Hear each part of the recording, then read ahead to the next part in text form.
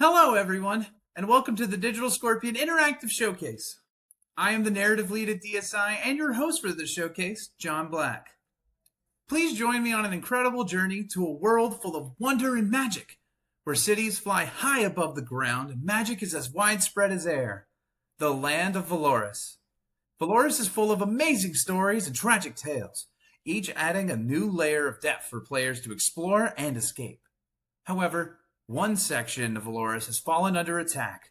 The Bandit Coalition and their powerful leaders have threatened the safety and peace of one of Valoris' crown jewels, Swallow's Keep. You will take up the role of commander, the one whose strategies can guide warriors and wizards alike to victory. The people need someone to protect their homes, and the army needs someone to take and lead the charge. So, we'll start the showcase by showing off our first published game with a nice surprise at the end. Please enjoy our amazing video that sheds some light on the work we've put into Tales of Valoris, Swallow's Defenders. If there is one thing those thieves learned about us today, it is that a spearwoman and a shield knight are unbreakable together. There we were, on the field of battle, when a battering ram full of brawlers rolls into range. The fire mages made quick enough work of the vehicle, and then it was down to the brutes inside, 2 of them, wielding great oaken logs. They rushed my companion and I, but his shield held, and my spear found every opening. It was as if the goddess Arcana guided my hand. Soon enough, reinforcements arrived, and well, the battle became child's play.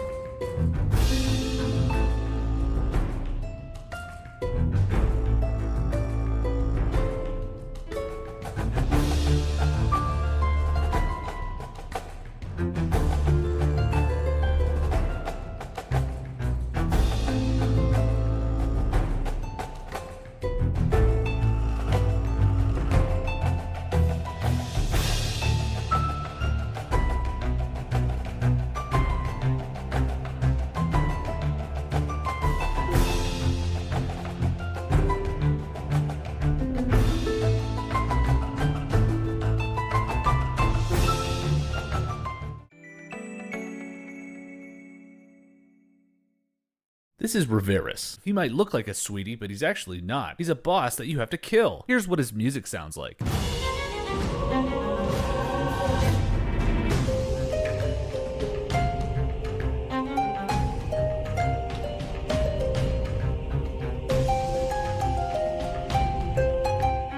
This is Arncore. He might look completely psychotic, but he's actually a kind-hearted, just kidding, he's a psycho. When designing Arncore's attack sounds, we knew he'd be attacking a lot, so to avoid repetitiveness, we designed his attacks in layers. And then exported those layers to individual tracks that would play in random combinations, making Arncore's murderous rampage as varied as possible.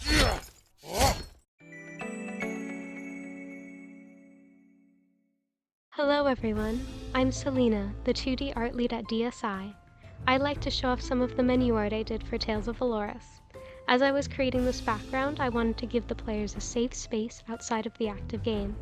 I want you to feel as if you had just fought a battle and found yourself in a peaceful clearing in the woods and decide to set down your weapons to catch your breath. The Aureliana Ruins is housed deep within the beautiful but dangerous Aureliana Forest. This forest was created by the goddess of life, Arsena, and the ruins were a place of worship and still carries part of her magic in the surrounding flora.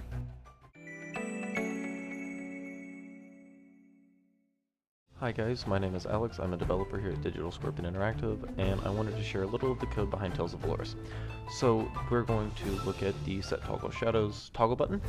So it is set up with a function, a public void function, meaning this can be accessed from anywhere and the void will not return anything. It passes in a bool value. Boolean means it can either be true or false, but nothing else. It will access the game manager. For that instance, it'll set the toggle shadows to whatever the default value is, which in this case would be true, set up by a different script. If the on shadows changed is not equal to null, so if it's not 0, then whatever you switch it to, that will be the new value that is passed in.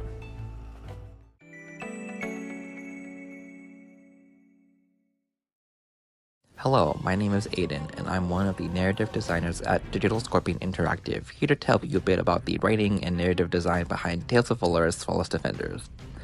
For the uninitiated, Valoris is the world behind our games, and is a land filled with magic, mystery, and strife. The old gods who created Valoris were far from perfect, but they all learned important lessons during their reign. This reality of imperfection is one of the linchpins on which the narrative team writes our stories, because no one, and we mean no one, can be perfect.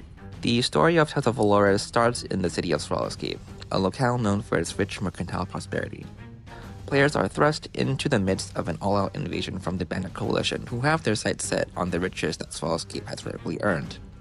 You, the player, act as the commander of the Swallowscape militia, and are responsible for defending the keep from those that threaten the safety of its people. Once most of the bandits have been dealt with, you'll meet the first boss of the game, Encore. Known as the Scourge of Elimnia, Encore loves to pillage and take from those who have wronged him. The Green Prince of Swallowscape, who is also a prominent religious leader, tasks you with protecting the land from Encore and those who would ally with him. The story that the player follows is one that sees not only the threats that these bandits and their leaders present to Swallowscape, but also the dark histories of negligence that drive them to a life of stealing and plundering in the first place.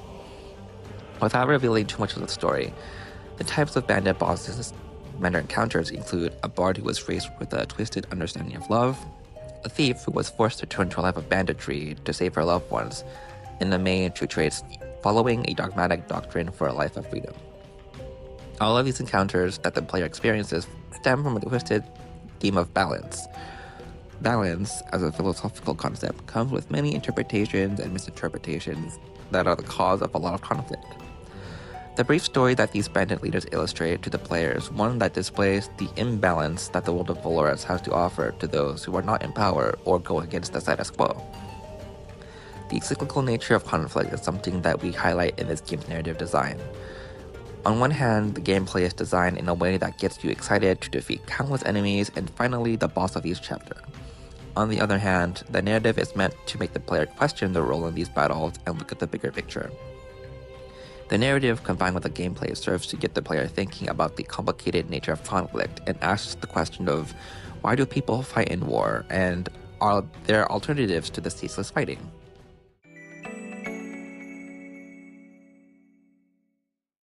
Hello everyone, I'm Nick McInnes, the Chief Design Officer over at Digital Scorpion Interactive.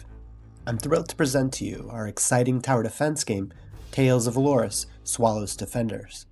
Come along as we dive into the heart of our game's design, exploring its captivating levels, strategic systems, and thrilling progression mechanics.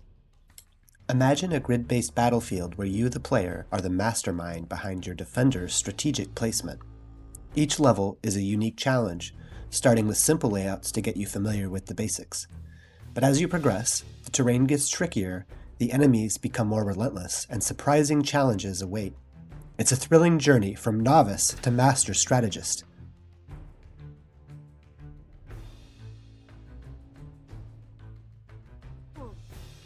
Each defender that the player unlocks is special, equipped with unique abilities that make them indispensable.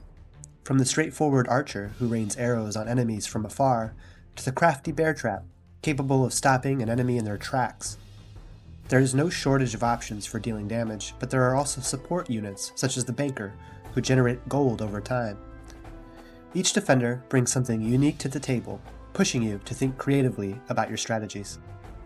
Speaking of gold, it's your ticket to survival. Earn it by defeating enemies and use it wisely to deploy new defenders.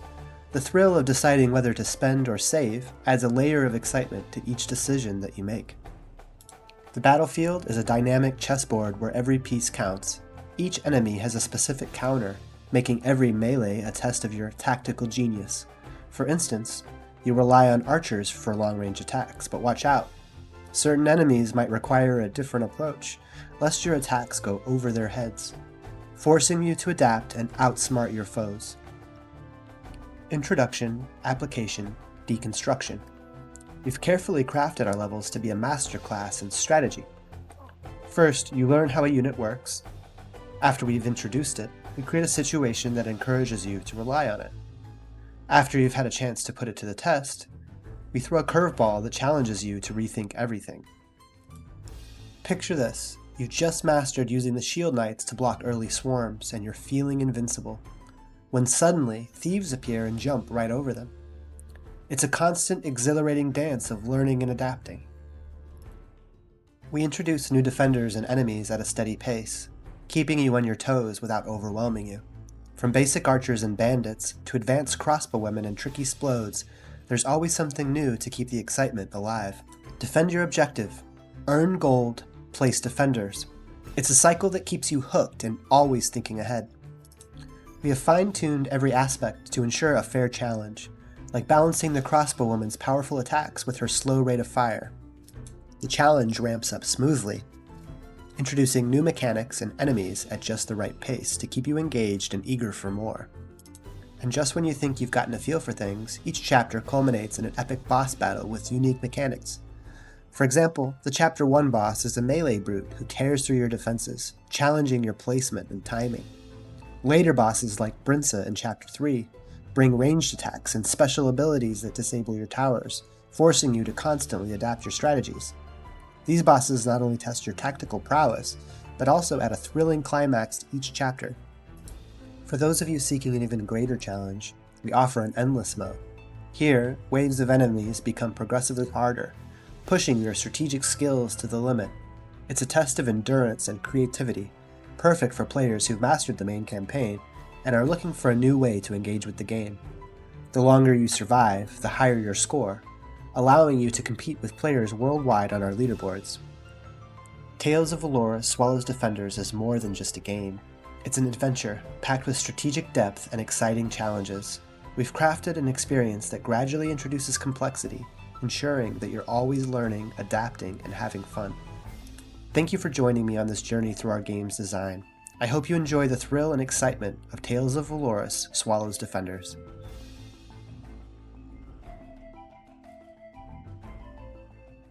Oh man, it still gives me chills.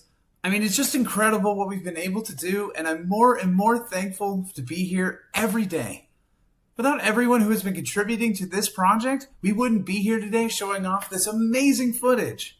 And the best part about this is that it's not only available on iOS and the Google Play Store, but it's now available on Steam. If you liked what you saw or heard in the previous video, be sure to check it out, wishlist it, and let us know what you think about our game.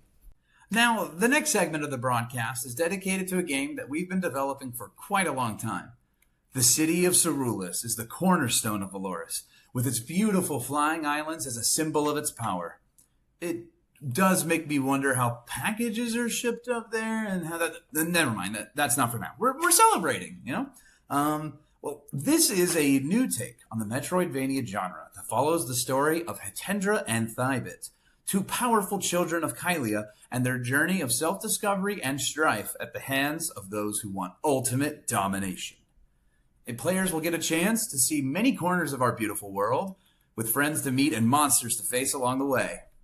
What we have prepared for you today is a little behind-the-scenes look at what we've been working on and developing over at DSI since its founding, Hit and Bit.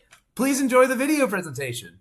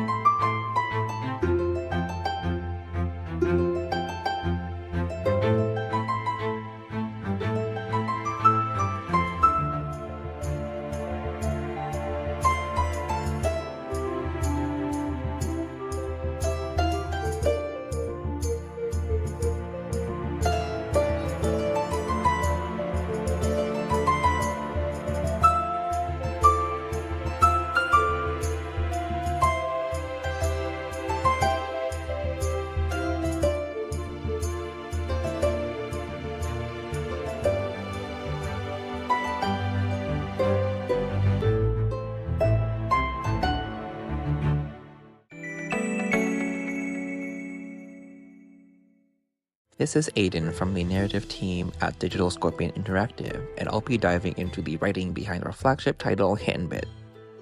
The story of Hit and Bit focuses more on the stories of the old gods, their legacy, and their consequences as we play as their descendants, the demigod Hitandra and the mage prodigy Thybit. The prologue of the game starts with our two protagonists arguing over whether or not it is safe to venture outside the floating city of Valoris. Thybit wants to leave the city and discover who he is, but Hitandra believes that all that they need in life is within the walls of the city. After their heated argument, Thybit mysteriously disappears, and Hitandra is hot on the trail to discover his whereabouts. Both Hit and Bit are haunted by a series of visions and dreams that, while fragmented, drive them towards the answers and self-discovery that they desperately need. In Hitandra's story, players will travel across the entire land of Valoris in search of Thybit. On her journey, Hit will not only come across a variety of enemies that threaten her safety, but will also make her confront her insecurities and desire for control. In Thybit's story, players will find that he has been teleported to a dungeon within the dark continent of Tenebrae, drained of its magic power. Players will focus on finding answers to discover Thybit's true destiny, while also trying to find a way back to Ceruleus. The story of our heroes goes far beyond just their own destinies, as their fate is intertwined with the history behind the creation of Valoris and the way that it has been governed. Their mother, Kylea, the goddess of energy, has been the ruler for as long as they know.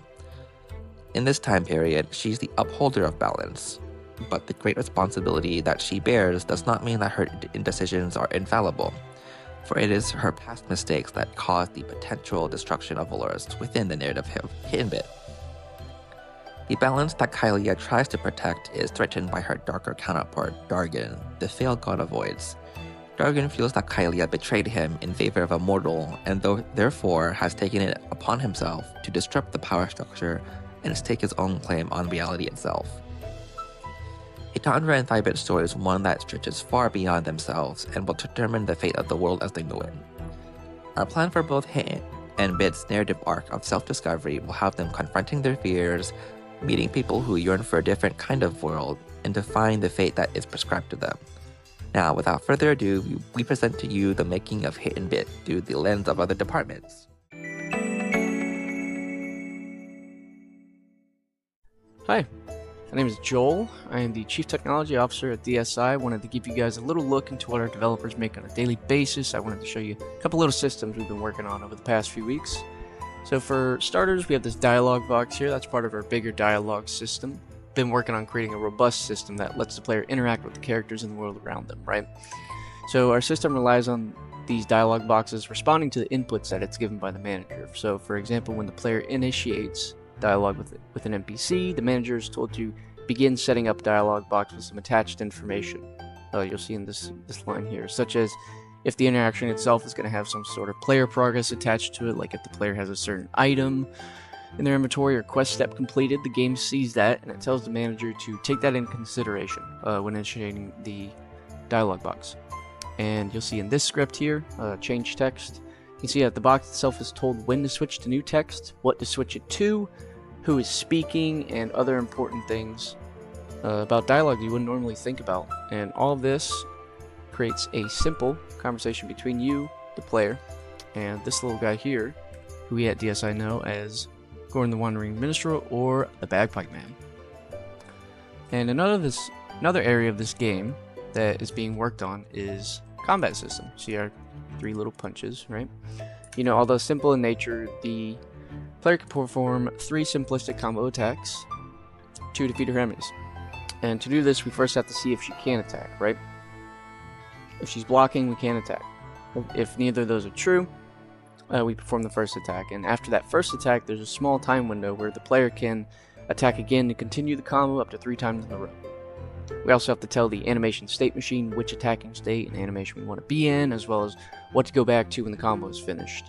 And all of that code for a little 3 attack combo here sounds ridiculous, but that complex system gives us a great starting point to build out more complex attacking moves in the future.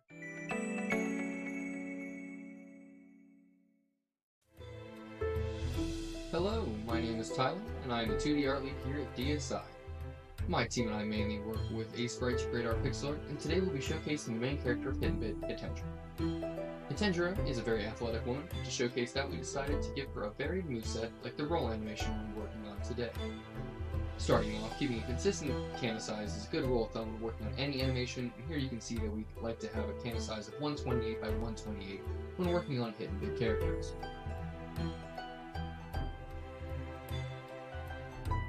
Next, it is important to spread the animation along multiple layers for ease of access and editing once we are further along in the animation process.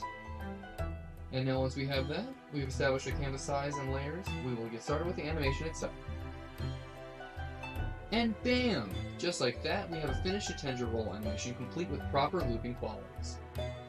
Now with pixel art, it is important to understand that details are often lost due to low resolution, which is simply the nature of this type of art. Now, in order to mitigate this effect, our team has taken to using techniques like dithering and anti-aliasing to draw in as much detail as possible. By playing with our palette, it allows us to do things like show creases in fabric, as well as shading on objects and characters, without creating a ribbon effect. Now, after that is all said and done, you can see how it has turned out. She looks like she's ready to dodge any incoming attack and carry on with her adventure. Hi everyone, I'm Franny and I'm a 3D artist here at Digital Scorpion Interactive, and one of my very first tasks was to redo the buildings, the generic buildings for our game Hidden Bit. I didn't want to stray too far away from the current art style we had going on, but I did want to spruce it up a bit because what we had going on at the start was sort of plain and very one-dimensional. At the start of my process, I gathered up a bunch of reference images like close-ups of walls and roofs and windows, beams, buildings, and stuff like that, mainly taking inspiration from German architecture. I then went on to start 3D modeling the building pieces to create like a modular set, making sure all the pieces snap and work together perfectly. For those of you who don't know, it's a good practice in game dev and a very common one to create modular sets, meaning we model individual walls and windows and roofs or what have you, and it's an easy way to ensure variation in environments while also staying optimized. And then I went on to model and add textures in Maya. Also, side note, when I'm creating stuff, I typically like to immerse myself in similar media to what I'm working on in my leisure time. So when I would take breaks, I typically would like play games like The Witcher 3 or Octopath Traveler. Okay, so moving on, I also created a few other things such as the bell tower, the flags, the jewelry stall, and the toy merchant stall. Same process as before, gathering a bunch of reference images and taking inspiration from those before I start 3D modeling, and then adding textures. For the merchant stalls, I wanted them to feel full and give them a bit more variation and detail. The stalls we had before were okay, but I feel like they didn't have enough props or variation. The toy stall was especially fun for me to work on because I feel like it's the most colorful and bright, and when it comes to medieval cities, I feel like we rarely get to see bright fun colors like this. It's typically like browns and tans and beiges. That was basically my process in a nutshell. I hope you enjoyed listening, and yeah, thank you so much. Bye!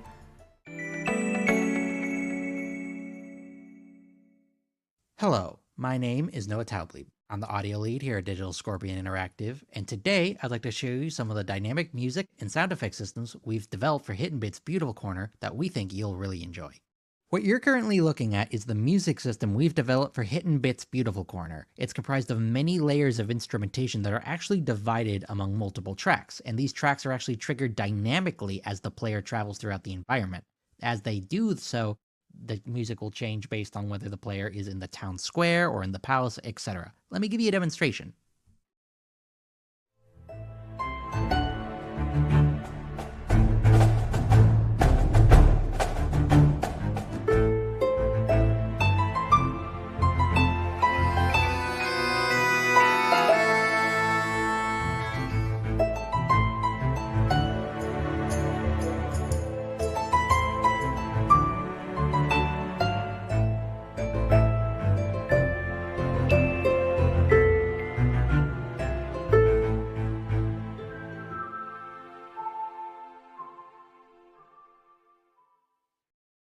And what you're looking at here is another example of dynamic sound design being used to enhance the gameplay experience. This is a multi-instrument that houses a collection of dynamic music stingers that emphasize the mechanic in-game of picking up individual pieces of sheet music. Every time you pick up a sheet music, you get a unique sound effect stinger. Take a listen.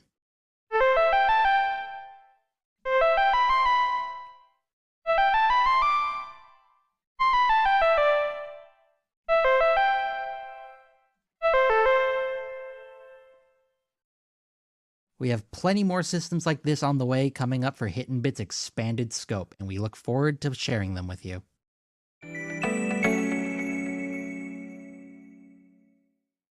Hey everybody, my name is Glendon and I'm a level designer here at Digital Scorpion Interactive. For our upcoming Hittin' Bit demo, I worked on the marketplace located in the Cerulus Town Square. This area serves as the financial hub for the citizens and merchants of Cerulus. It can be found in between the residential and agricultural districts, serving as a common meetup area for their denizens. Let's go ahead and take a quick tour, shall we? On the main part of the island, you can find stalls and goods that'll satisfy any of your interests. In the market for some pottery, or even some toys for your young ones.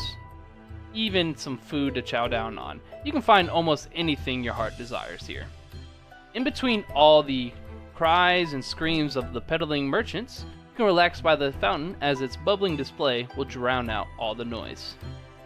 We'll head back towards the residential district and wait on our elevator. Actually, here it is, let's catch it. This will take us up to the floating islands that reside above the main island. As we exit, we'll find our carpenter here working on Quinn's apothecary. It was kinda involved in a little mishap with explodes, but more about that a little bit later on. He's hard at work. But with a skip and a hop away, you can jump on over to the bookshop island. Here, you can find some of Valoris' greatest tales, or even read your favorite book on the bench outside. And with all that, that will conclude our sneak peek at the Cerulus Marketplace. Please make sure to check it out during your playthrough of the demo.